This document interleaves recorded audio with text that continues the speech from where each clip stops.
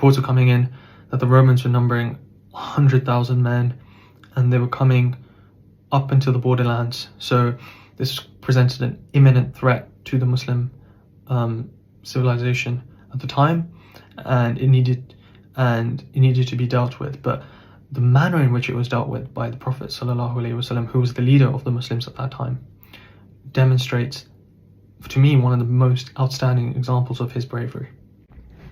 Rather than go back to the negotiating table, he takes the forward approach and calls upon the Quraysh, on the various allied tribes around Medina, and assembles 30,000 men, according to some sources, to go to these borderlands, to go to the town of Tabuk and camp there ready for the war against the Roman Empire. Now, it's really incredible the level of upscaling that happened in Tabuk. So in the Battle of Badr, according to my sources that I have in front of me right now, I think it was 305 participants from the Muslims in the Battle of Badr, and in Uhud it was 700. And this is a mass upscaling of, like, according to these sources, 30,000 men and 10,000 horses. So look how much upscaling there has been since the earlier battles of the Muslims.